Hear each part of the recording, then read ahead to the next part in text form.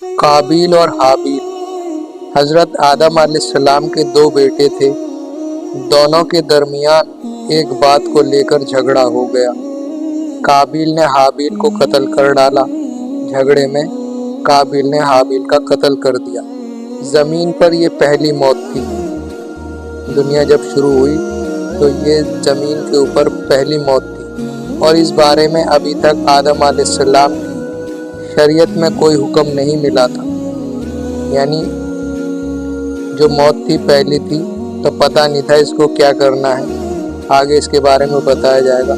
اس لیے قابیل پریشان تھا کہ بھائی کی لاش کو کیا کیا جائے۔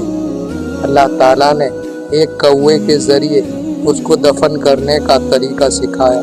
اللہ نے ایک کوہ بھیجا، وہ ان کے سامنے بیٹھ کر زمین سے چونچ میں کھدائی کرنے لگا۔ ایک گڈھا کھودا تو ان کی سمجھ میں آیا کہ ہاں گڈھا کھود کے اس کو دفنایا جا سکتا ہے۔ یہ دیکھ کر قابیل کہنے لگا، ہائے افسوس، کیا میں ایسا گیا گزرا ہو گیا کہ ایک کوے جیسا بھی میں نہ بن سکا۔ پھر اس نے اپنے بھائی کو دفن کر دیا، یعنی قبر کھودی، گڈھا کھود کے اس میں قابیل نے حابیل کو دفن کر دیا۔ یہیں سے دفن کرنے کا طریقہ چلا آ رہا۔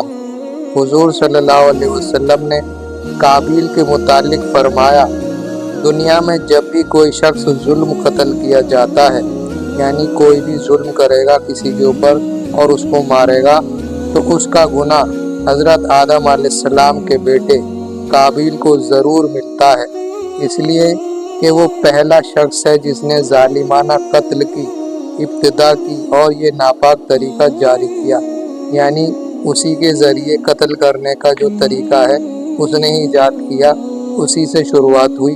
تو اللہ کے نبی کیا فرما رہے ہیں کہ جب بھی کوئی ایسا کام ہوگا تو اس کا عذاب جو ہے اسی پر جائے گا۔ اسی لیے انسان کو اپنی زندگی میں کسی گناہ کی ایجاد نہیں کرنا چاہیے۔ اس لیے بندے کو اپنی طرف سے کوئی ایسا گناہ نہ کرے جس کو لوگ کریں، تاکہ بعد میں اس گناہ کے کرنے والے کا وبال اس کے سر میں آئے۔